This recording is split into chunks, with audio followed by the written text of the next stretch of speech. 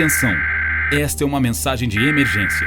Funcionários, visitantes do Parque Nacional de Yellowstone e residentes nas redondezas, esta é uma mensagem oficial de emergência do Centro Federal. Por favor, ouçam com atenção e sigam todas as instruções que recebemos informações confiáveis sobre a ameaça real de uma erupção no Parque Nacional de Yellowstone. Sua segurança é nossa principal prioridade. Por isso, estamos tomando medidas imediatas. Por favor, fique calmo e alerta enquanto trabalhamos juntos para garantir sua segurança. Estamos trabalhando em medidas de evacuação e criando abrigos de emergência para aqueles que precisam deles. Rotas de evacuação e instruções de segurança serão em breve compartilhadas. Evite espalhar informações não verificadas e confie apenas em fontes oficiais. Estamos cientes dos desafios e dificuldades que você pode encontrar e gostaríamos de garantir que estamos trabalhando diligentemente para resolvê-los. Gostaríamos de enfatizar a importância de estarmos juntos e, desta vez, por favor, cuidem dos seus vizinhos, especialmente dos idosos e das pessoas com mobilidade reduzida. Trabalhando juntos como uma comunidade, podemos superar esta crise. Mantenham-se fortes, mantenham-se informados, mantenham-se alertas. Só juntos conseguiremos superar isto. Será mais ou menos assim que as pessoas aprenderão que desta vez a erupção de Yellowstone realmente está acontecendo?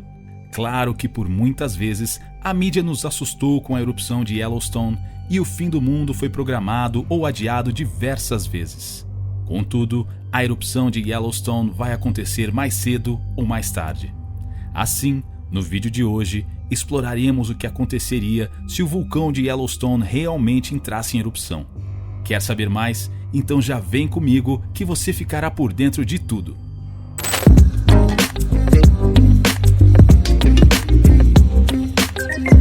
Os vulcões não estão distribuídos aleatoriamente na superfície da Terra. A maioria está concentrada nas bordas dos continentes, ao longo de cadeias de ilhas ou no fundo do mar, onde formam longas cadeias de montanhas. Mais da metade dos vulcões ativos do mundo, acima do nível do mar, circundam o Oceano Pacífico. E o conceito de placas tectônicas explica a localização dos vulcões e sua relação com outras características geológicas de grande escala. A superfície da Terra é composta por uma colcha de retalhos de cerca de uma dúzia de placas grandes e uma série de placas menores que se movem umas em relação às outras a uma velocidade de 1 centímetro a 10 centímetros ao ano. É aproximadamente a velocidade com que as unhas crescem. Estas placas rígidas, com espessura média de aproximadamente 80 quilômetros, estão se separando, deslizando umas sobre as outras ou colidindo no topo do interior quente e viscoso da Terra. Assim, vulcões tendem a se formar onde as placas colidem ou se espalham. Dos mais de 1.500 vulcões em todo o mundo, que se acredita terem estado ativos nos últimos 10 mil anos, 169 estão nos Estados Unidos e nos seus territórios. Na primavera de 2007, 2 desses vulcões, Kilauea e o Monte Santa Helena, entraram em erupção, enquanto vários outros, incluindo Mauna Loa, Fort Pickett, Korovin, Veniaminoff e Anatahan e o próprio Yellowstone, exibem um ou mais sinais de inquietação, como terremotos anômalos, deformação da superfície do vulcão ou mudanças no volume de composição das emissões de gases vulcânicos, que poderiam prever o início de outra erupção. Os vulcões, pela sua geologia e tipografia, apresentam paisagens evocativas e albergam diversos ecossistemas, muitos dos quais delicados e únicos. No entanto, as erupções vulcânicas podem destruir paisagens e ameaçar vidas, ecossistemas e propriedades. Por exemplo, a erupção do Monte Santa Helena em 1980, embora relativamente modesta na escala de potenciais eventos vulcânicos nos Estados Unidos, libertou energia equivalente a uma explosão de 24 megatoneladas, devastando florestas e destruindo a vida selvagem, incluindo quase 7.000 grandes animais de caça, mais de 600 quilômetros quadrados, matando 57 pessoas e infligindo mais de $1 bilhão em danos à economia, agricultura, empresas e estruturas locais. Assim, os próprios processos que produzem os recursos estéticos e ecológicos que associamos aos vulcões também são capazes de destruir esses recursos em minutos. Contudo, apesar de, a maioria dos vulcões são capazes de erupções que representam ameaças significativas às paisagens naturais, vidas, ecossistemas e propriedades. Felizmente, as erupções são normalmente precedidas por semanas a meses de agitação crescente, permitindo que as erupções sejam previstas se os vulcões forem devidamente instrumentados e os dados forem interpretados por equipes de especialistas nas áreas de geologia, sismologia, geodésia e geoquímica de vulcões. Nos Estados Unidos, a Lei Robert T. Stafford, de Assistência em Desastres e Assistência de Emergência, determina que o Serviço Geológico dos Estados Unidos, o USGS, emita avisos oportunos sobre potenciais desastres geológicos à população afetada e às autoridades civis. Assim, através do mandato desta lei, o USGS tem a responsabilidade primária de monitorar a atividade vulcânica nos Estados Unidos. O USGS mantém redes de monitorização que consistem num grande número e numa grande variedade de instrumentos de monitorização, a fim de recolher os dados necessários para prever o comportamento vulcânico e emitir avisos e informações para reduzir as perdas de vidas, propriedades e impacto econômico dos perigos relacionados com os vulcões. Embora os dados obtidos a partir dessas redes de monitorização contribuam para a investigação básica e para o avanço da compreensão científica dos vulcões. Principais sinais vitais associados às erupções vulcânicas. Os sinais vitais descritos incluem atividade sísmica, deformação do solo, emissão de gases, plumas de gás, atividade hidrológica e instabilidade de encostas. Os métodos de monitoramento variam desde os já consagrados até as inovações mais recentes que deverão se tornar rotina nos próximos anos. Vulcões individuais erupcionam diferentes combinações de fluxos de lava, fluxos piroclásticos e tefras, que são cinzas e material ejetado fragmentado mais grosso. Em alguns vulcões, deslizamentos de terra, fluxo de detritos e inundações são tão ou mais perigosos do que as próprias erupções vulcânicas. Os fluxos de detritos são mistura de lama, rochas, pedregulhos e água que viajam a velocidade de dezenas a 100 km por hora. Já os fluxos de detritos altamente móveis originados em um vulcão também são chamados de lahars. Assim, a avaliação de prováveis eventos eruptivos e perigosos, estilo, tamanho e frequência do evento em vulcões individuais é realizada através da construção de mapas geológicos e da realização de avaliações de perigo. Dessa forma, os fatores que influenciam os estilos de erupção são as diversas temperaturas e composições químicas dos magmas que alimentam um vulcão, as taxas com que o magma atinge a superfície e fatores locais, como a presença de falhas ou fraturas que podem servir como caminhos fáceis para o magma chegar à superfície, ou que permitem que gases vulcânicos escapem do magma de forma não explosiva. Assim, esses fatores de controle são geralmente desconhecidos ou não suficientemente compreendidos com antecedência para ajudar no desenvolvimento de avaliações detalhadas de perigos ou previsões de erupções. Em vez disso, o mapeamento geológico e as investigações associadas são usados para examinar, documentar e quantificar a atividade passada de um vulcão. Nestas investigações são identificadas características-chave que distinguem depósitos específicos uns dos outros, e as relações sobrepostas entre os depósitos revelam as sequências de eventos.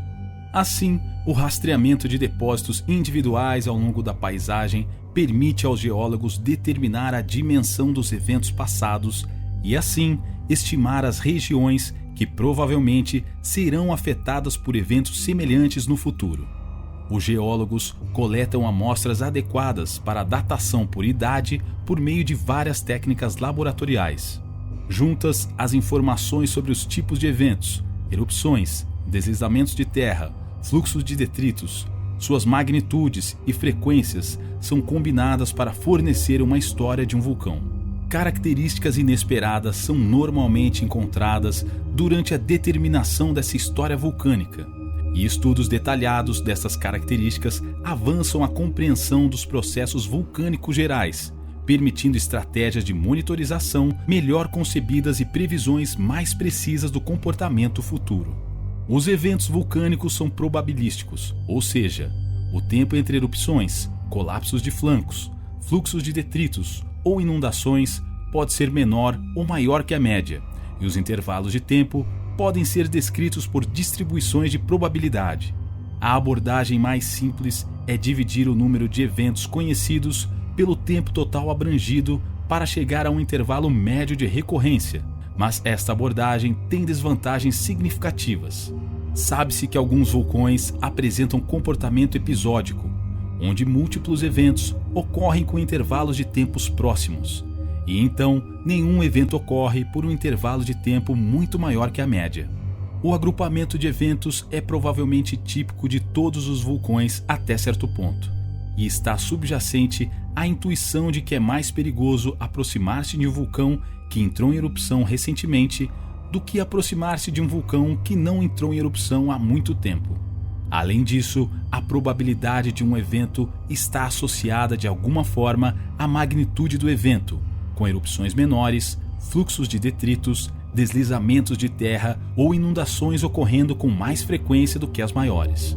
Um fato importante e alarmante é que os dados globais ilustram que longos períodos de calma geralmente precedem as erupções mais explosivas e perigosas. Por exemplo, das 16 maiores erupções explosivas dos séculos 19 e 20, 12 foram de vulcões sem erupções históricas anteriormente conhecidas. Assim, o mapeamento geológico e as investigações de campo relacionadas, juntamente com a datação por idade, fornecem as informações necessárias para estimativas de probabilidade que vinculam o estilo, a magnitude e a frequência dos eventos ou inundações que ocorrem com mais frequência do que as maiores. Riscos vulcânicos. Os riscos decorrentes dos perigos de um vulcão geralmente se estendem muito além do cume do vulcão.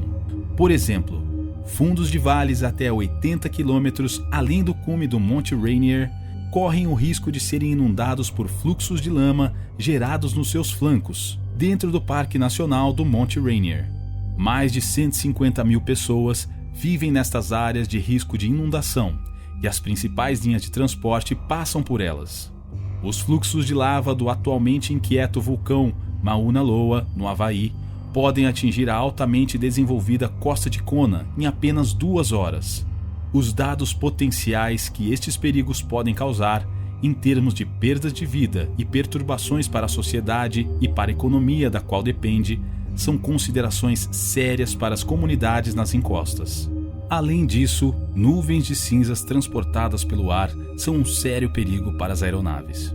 Os motores dos aviões a jato falharam depois de voar através de nuvens flutuantes de cinzas, mesmo dispersas, a meio continente de distância dos vulcões que os criaram.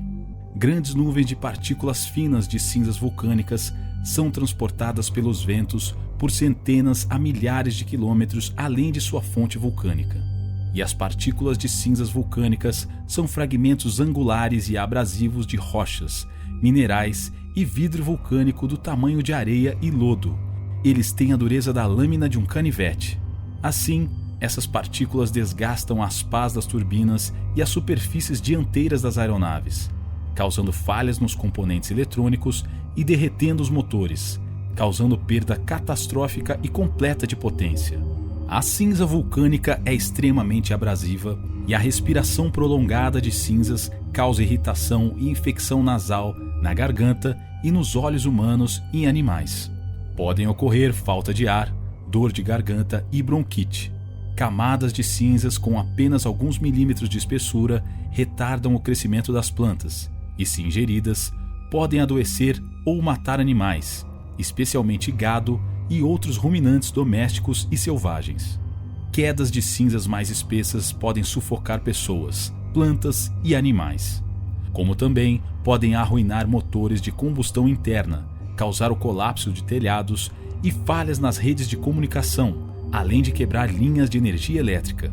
Pedras grandes o suficiente podem também ferir gravemente ou matar pessoas. Os períodos de agitação vulcânica, mesmo aqueles que não conduzem a erupções, irão provavelmente desencadear respostas de emergência que podem levar ao encerramento de áreas e à evacuação de comunidades.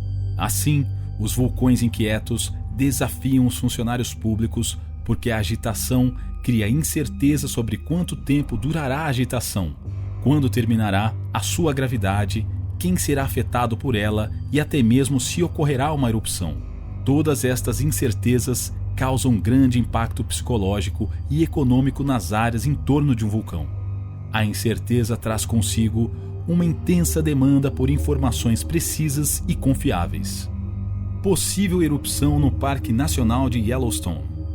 Se o supervulcão sob o Parque Nacional de Yellowstone alguma vez tivesse outra erupção massiva, poderia expelir cinzas por milhares de quilômetros através dos Estados Unidos, danificando edifícios, sufocando colheitas e desligando centrais elétricas. Seria um grande desastre. Mas isso não significa que todos devemos começar a pirar. Felizmente, as chances disso acontecer são muito baixas. O supervulcão de Yellowstone, milhares de vezes mais poderoso que um vulcão normal, teve apenas 3 erupções verdadeiramente enormes na história. Um ocorreu há 2,1 milhões de anos, outro há 1,3 milhões de anos e outro há 664 mil anos. E apesar do que às vezes se ouve na imprensa, não há indicação de que teremos outra supererupção tão cedo. Na verdade, é até possível que Yellowstone nunca mais tenha uma erupção tão grande. Mesmo assim, o supervulcão de Yellowstone continua a ser uma fonte inesgotável de fascínio apocalíptico. E não é difícil perceber por quê. Em setembro de 2014, uma equipe de cientistas publicou um artigo na revista Geochemistry, Geophysics, Geosystems, explorando como poderia realmente ser uma supererupção de Yellowstone. Entre outras coisas, eles descobriram que o vulcão era capaz de soterrar estados como Wyoming, Montana, Idaho e Colorado em 1 metro de cinzas vulcânicas nocivas, uma mistura de lascas de rocha e vidro, e cobrir o meio oeste. Essa quantidade de cinzas poderia matar plantas e animais, destruir telhados e causar curto-circuito em todos os tipos de equipamentos elétricos. Um dos coautores do estudo, Jacob Lowenstern, do US Geological Survey, enfatizou que o artigo não era qualquer tipo de previsão do futuro. Mesmo que o Yellowstone entrasse em erupção novamente, provavelmente não teríamos o pior cenário possível. O que é muito mais comum são as pequenas erupções. Esse é um ponto que muitas vezes é ignorado pela imprensa, disse ele. Lowenstern é o cientista responsável pelo Observatório do Vulcão Yellowstone, em Melon Park, Califórnia. Mas o que é o supervulcão de Yellowstone? Escondido sob o Parque Nacional de Yellowstone está um reservatório de magma quente com 8 quilômetros de profundidade, alimentado por uma gigantesca nuvem de rocha derretida que brota de centenas de quilômetros abaixo. Esse calor é responsável por muitos dos famosos geysers e fontes termais do parque. E à medida que o magma sobe para dentro da câmara e esfria, o solo acima sobe e desce periodicamente. Em raras ocasiões ao longo da história, essa câmara de magma entrou em erupção. A grande maioria dessas erupções em Yellowstone foram fluxos de lava menores, com a última ocorrendo em Pitchstone Plateau há cerca de 70 mil anos. Mas a razão pela qual Yellowstone recebe tanta atenção é a remota possibilidade de supererupções catastróficas. Uma supererupção é qualquer coisa que mede magnitude 8 ou mais no índice de explosividade vulcânica, na qual pelo menos 1.000 quilômetros cúbicos de material são ejetados. Isso é o suficiente para enterrar o Texas com 1,5 metro de profundidade. Essas supererupções são milhares de vezes mais poderosas do que as maiores erupções a que estamos acostumados. Supererupções versus erupções comuns. Yellowstone teve 3 dessas erupções realmente massivas em sua história. 2,1 milhões de anos atrás, 1,3 milhão de anos atrás e 664 mil anos atrás. O último deles, em Yellowstone Lava Creek, ejetou tanto material de baixo que deixou uma depressão de 54 km por 80 km no solo, o que vemos hoje como a caldeira de Yellowstone. É importante notar que Yellowstone não é o único supervulcão que existe. Os geólogos encontraram evidências de pelo menos 47 supererupções na história da Terra. O mais recente ocorreu no Lago Taupo, na Nova Zelândia, há cerca de 26 mil anos. Mais dramaticamente, houve a gigantesca erupção de Toba, há 74 mil anos, causada pelo deslocamento das placas tectônicas. Isso desencadeou um dramático inverno global de 6 a 10 anos e, de acordo com alguns, pode ter quase exterminado a nascente raça humana.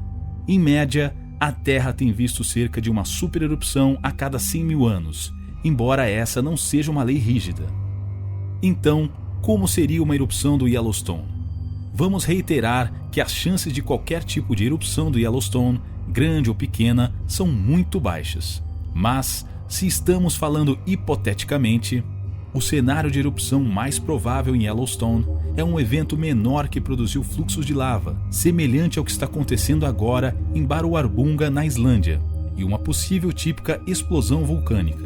Isto provavelmente seria precipitado por um enxame de terremotos em uma região específica do parque, à medida que o magma chegava à superfície.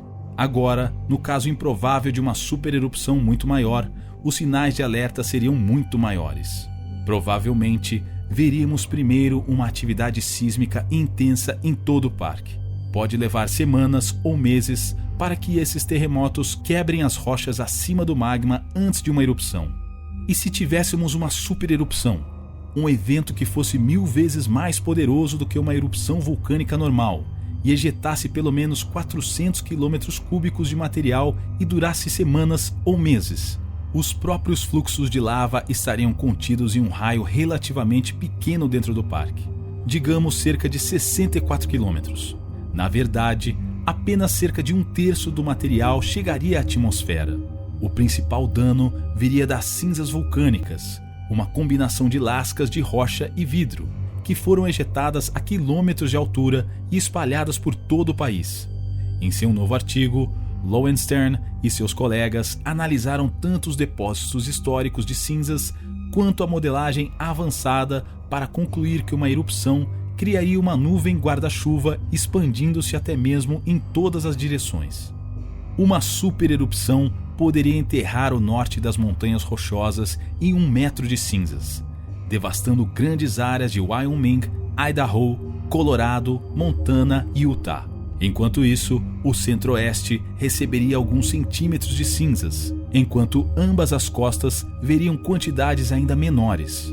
A distribuição exata dependeria da época do ano e dos padrões climáticos. Modelando a propagação de cinzas de uma supererupção de Yellowstone. Qualquer um desses cenários seria uma notícia terrível. Essa quantidade de cinza vulcânica é capaz de matar pessoas, plantas e animais e destruir edifícios. Mesmo alguns centímetros de cinza, que é o que grande parte do país pode obter, podem destruir explorações agrícolas, entupir estradas, causar graves problemas respiratórios, bloquear linhas de esgoto e até causar curto-circuito em transformadores. As viagens aéreas teriam de ser encerradas em grande parte da América do Norte. Uma erupção vulcânica tão grande também teria efeitos importantes no clima global. Os vulcões podem emitir aerosóis de enxofre que refletem a luz solar de volta à atmosfera e resfriam o clima. Estas partículas têm vida curta na atmosfera, por isso o efeito é apenas temporário, mas ainda pode ser dramático. Quando o Pinatubo entrou em erupção em 1991, arrefeceu o planeta em cerca de 1 grau durante alguns anos. A erupção de Tambora, em 1815, arrefeceu o planeta o suficiente para danificar colheitas em todo o mundo, possivelmente levando à fome em algumas áreas. E essas foram erupções relativamente pequenas em comparação com o que um supervulcão é em teoria capaz. Então, quais são as chances de uma supererupção no Yellowstone? Muito baixa. Na verdade, é até possível que o Yellowstone nunca mais entre em erupção. No momento, não há sinal de erupção pendente.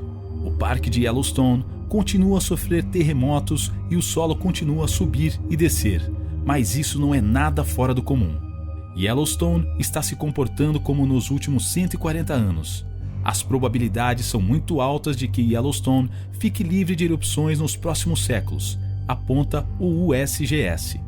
O USGS também observa que, se considerarmos simplesmente as últimas 3 erupções, as probabilidades de o Yellowstone entrar em erupção num determinado ano são de 0,00014% inferiores às probabilidades de ser atingido por um asteroide destruidor de civilizações. Mas, mesmo isso não é uma boa estimativa, uma vez que não é de todo certo que o Yellowstone entre em erupção num ciclo regular, ou que seja atrasado para outra erupção. Na verdade, talvez nunca mais haja uma grande erupção em Yellowstone. A Terra verá supererupções no futuro, mas será que elas ocorrerão em Yellowstone? Isso não é uma certeza. Yellowstone já viveu uma vida longa, pode nem ver uma 4ª erupção, diz Lowenstern. Afinal, os vulcões morrem. A câmara de magma abaixo de Yellowstone está sendo afetada por 2 forças opostas: o calor que brota de baixo e o frio relativo da superfície. Se menos calor vier de baixo, a câmara pode congelar, eventualmente se transformando em um corpo sólido de granito. Contudo, também é importante notar que o hotspot vulcânico abaixo de Yellowstone está migrando lentamente para o nordeste, ou mais precisamente, a placa tectônica norte-americana acima do hotspot está migrando para o sudeste. O hotspot vulcânico está se movendo lentamente para o nordeste. Numa escala de tempo suficientemente longa, o hotspot sairá de Yellowstone e o supervulcão de Yellowstone presumivelmente desaparecerá. Claro, é possível que outro supervulcão possa emergir mais a nordeste, mas o hotspot teria primeiro de aquecer e derreter a costa fria, e esse processo pode levar 1 milhão de anos ou mais. É difícil pensar em algo como 1 milhão de anos, diz Lowenstern. Os humanos são uma espécie relativamente nova, mas a Terra existe há muito tempo, e esses sistemas demoram muito tempo a fazer o que fazem. Mas e aí? O que você achou desse conteúdo? Será mesmo que o vulcão de Yellowstone ficará adormecido? Podemos confiar nas autoridades? Conta pra gente nos comentários. Queremos saber sua opinião. Acompanhe mais vídeos como este, se inscreva em nosso canal e ative o sininho das notificações. Um forte abraço!